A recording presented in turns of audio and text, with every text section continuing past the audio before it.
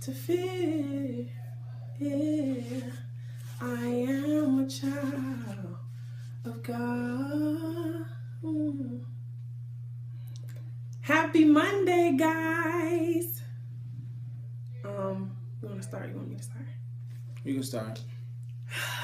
So, I wanted to talk about a post that my brother posted on Facebook last week. Yeah. And he asked, what did you ask? So I asked, what would you do or be if you weren't afraid? And that was a great question. Something that I could not get off my mind. I kind of processed that as what's on the other side of fear. And on my journey to Godfident, or before I started a couple of months ago, I just remember being curious enough to find out what it was like to walk on the other side of fear, or being afraid. And I knew what I lost. I knew how it felt, and how miserable it was to walk around afraid of everything, how crippling that was, that I wouldn't even do just normal stuff. And so that curiosity just kind of propelled me or motivated me to really put fear aside and just begin to really do the things that I really aspired to do. This vlog being one of them, and also little things, just like today was like my first time wearing lipstick outside of the house. Like, that's small, but it was big for me, because it's something I've always been afraid to do, just being afraid of people's opinions. So it's a lot of things that I would do if I wasn't afraid.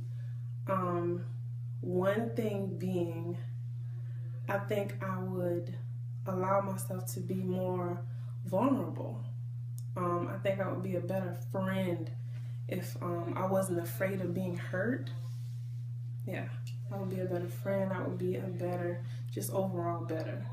So, before you finish, so basically you're saying that you being afraid that put you in an invisible prison. Yes, most definitely. Because I felt like I couldn't do anything. And I know to other people, it would be like, well, why can't you do this? Why can't you do that? But to me, it's like, well, I'm afraid of failing. I'm afraid of what people might say. I'm afraid that I'm not enough. I'm not good enough. I'm afraid of not being that type of girl, or just thinking that you don't meet the criteria to do something. So I think that that's what it was. I know that's what it was for me. Like, I never thought that I was good enough to do the things that I'm doing now. Most definitely not. But it was just about making that choice to live on the other side of fear. So that's me. So what was the transition? Because for me, I look at fear and being afraid as two different things. Like, fear is the actual emotion. Right. And then being afraid is actually, the reaction of something or because of something. Right. So, like, I'm afraid of the dark, but I'm fearful of being alone. So, right. They're two different things. So, how did you transition from being afraid and being fearful to not just being afraid anymore and actually... I think I'm actually still in the process of not being... Scared. Yes, scared or fearful and afraid. I'm still fearful. Just like this morning, just to kind of explain my process of wearing the lipstick, I was just like, I'm going to wear lipstick today because it's something that I've always wanted to do. What's the worst that could happen? But a percentage of me was still afraid of what people might have said, because it's not something that I normally do. Like, my coworkers, they were all like, oh, wow, you wearing lipstick? Months ago, that would have made me go in the bathroom and wiped it off immediately, because I don't like responses like that. But today, it was just kind of like, yeah, it's something that I'm trying. It's a Godfident challenge for myself. To actually wear this lipstick the entire day of work, regardless of what the patient said and regardless of what anybody would have to say. It's something that I'm doing. So that kind of helped me. I'm still kind of afraid because I don't know what to expect, but it's no longer crippling. That's what I'm going to say.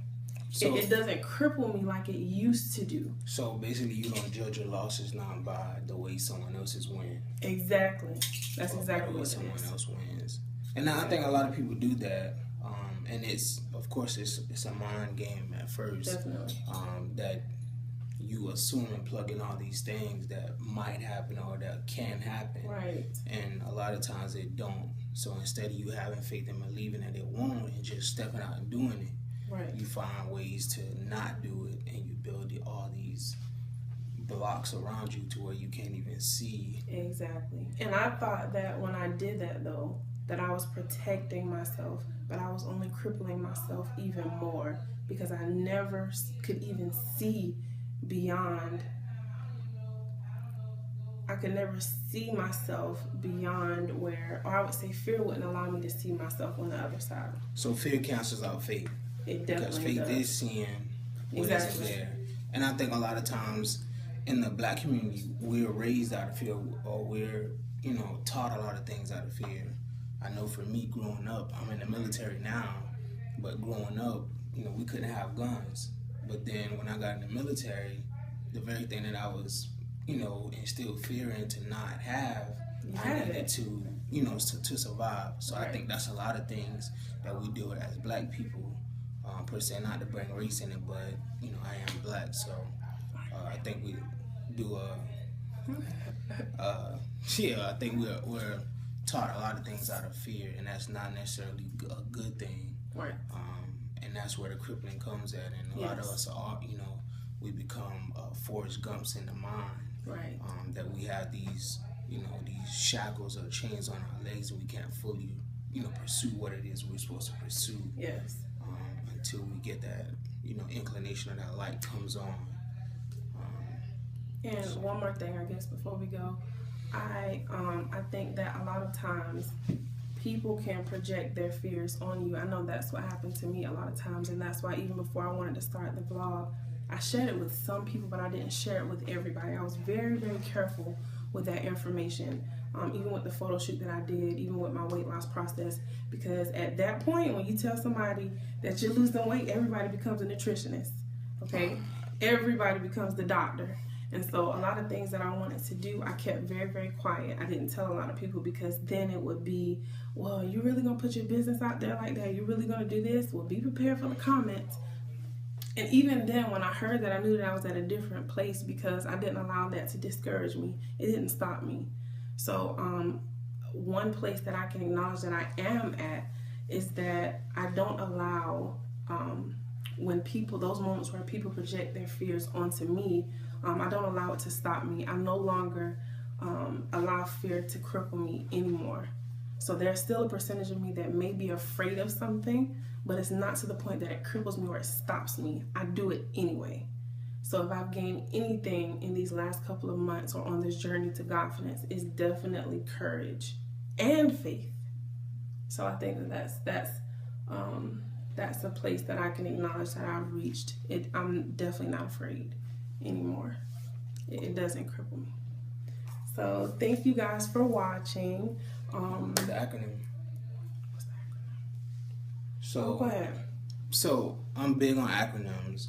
So when I first got the question that I posted on Facebook and we started dialoguing about it, the acronym came for fear, which of course it explains, I guess, like 4 steps or 5 steps on how to overcome your fear. And of course it spells it out. And the first one is F. So you need to find out what your fears are, what you're afraid of. So write them down. The second thing is E, of course, and it is to experience them one by one. So decide which one you want to tackle. Yes. You kill yourself, not physically, but mentally and emotionally if you try to take on all of them at the same time. Mm-hmm. So I think you should just decide one by one. Then the next thing is A. So you need to acknowledge your progress. Don't be hard on yourself. You take one step, clap, and keep going. And then the last thing for the R is reach for more. the biggest room in the universe is room for improvement. Yes. So I think that's the best thing to do is just continue to grow. Grow through as you go through. Yes. Don't be afraid of change. A lot of times people have to see change in order for them to change, so you never know who's paying attention around you. And most of the time they don't tell you neither. So that is it. Yes. You gonna sing again?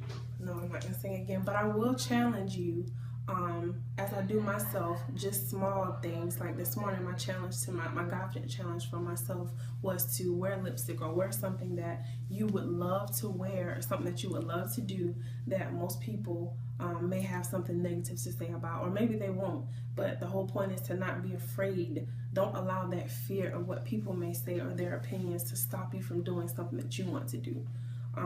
And mine was just wearing the lipstick. That was something small, but it was hard for me to do. It was very, very hard.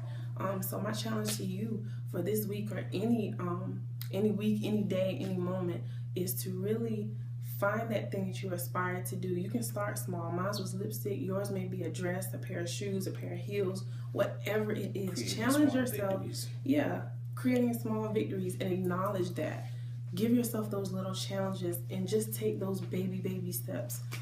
That's what I've done, and that's what I'm continuing to do. And I'll be doing that all week for myself personally, so that I can get to the place of reaching full Godfidence. I can only imagine how liberating that is once I get there. So that's what I'm working towards. So that's my challenge for you. Just do that thing. Sing that song, wear that lipstick, those pair of shoes, that hairstyle, whatever you want to do.